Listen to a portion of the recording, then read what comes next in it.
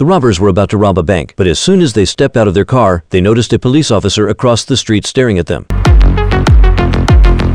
Fortunately, the officer was understanding. He turned his head away, pretending not to see anything. The robbers quickly rushed into the bank, locked the doors, and took control of everyone inside. They forced people to hand over their phones and destroyed them in water. Then, they threatened the bank manager, Emily, to open the vault. When's the time I've set for? 9 o'clock. Don't lie to us. It's 8:15. Listen, it's not your money. You understand? Don't lie to us again. Go.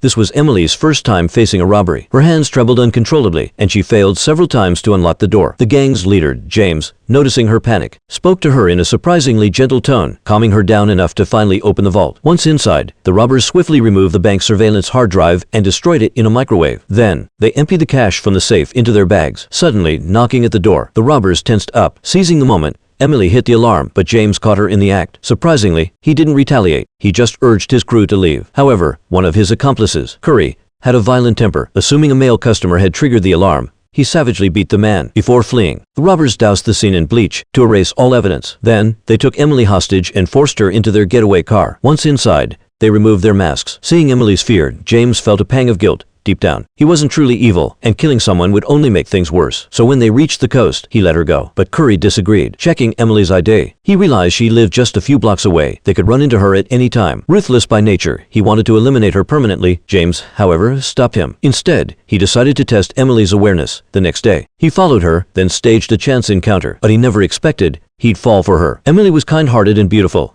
and James found himself genuinely drawn to her. Soon, they began dating. During one conversation, Emily confessed that during the robbery, she had seen a tattoo on one robber's neck, but out of fear, she hadn't told the police. Little did she know, the man she was falling for was the gang's leader. Their relationship grew quickly until Curry accidentally spotted them together. Furious but composed, he struck up a conversation with Emily. James, however, couldn't take his eyes off Curry's neck, the exact spot where Emily had seen the tattoo. Before she could notice, James covered Curry's neck and hurried him away. Back home, they argued violently. Curry was convinced James' recklessness would land them all in prison, but James insisted he could handle it. With James refusing to listen, Curry had no choice but to back down for now, because according to plan, another heist was coming soon.